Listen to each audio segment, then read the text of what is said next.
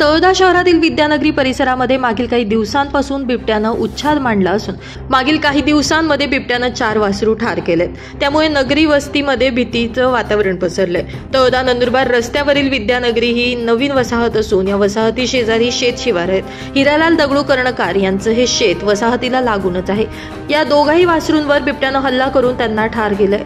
दरम्यान परिसरातील नागरिकांनी या भागात बिबट्याला जेरबंद करण्यासाठी पिंजरा लावण्याची मागणी केली आहे। मागील काही दिवसात सलग 4 वेळा बिबट्यानं पाळीव प्राण्यांवर हल्ला केल्यानं सायंकाळी लोक घराबाहेर निघण्यासाठी घाबरत आहेत। दरम्यान वन विभागाचं पथक घटनास्थळी दाखल झालंय आणि पुढील कारवाई सुरू आहे।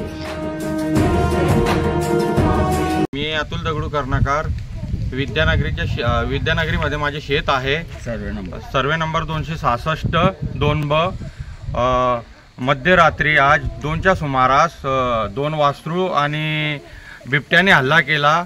मी फॉरेस्टवाल्यांना फोन केल्यानंतर ते लगेच इथं आले आणि त्यांनी पंचनामा केला। तरीही मी फॉरेस्ट डिपार्टमेंटला विनंती करतो की त्यांनी पिंजरा लावावा, कारण इथं कॉलनी लगत माझे क्षेत्र आहे, त्यामुळे इथं लवकरात लवकर पिंजरा लावा ही विनंती करतो।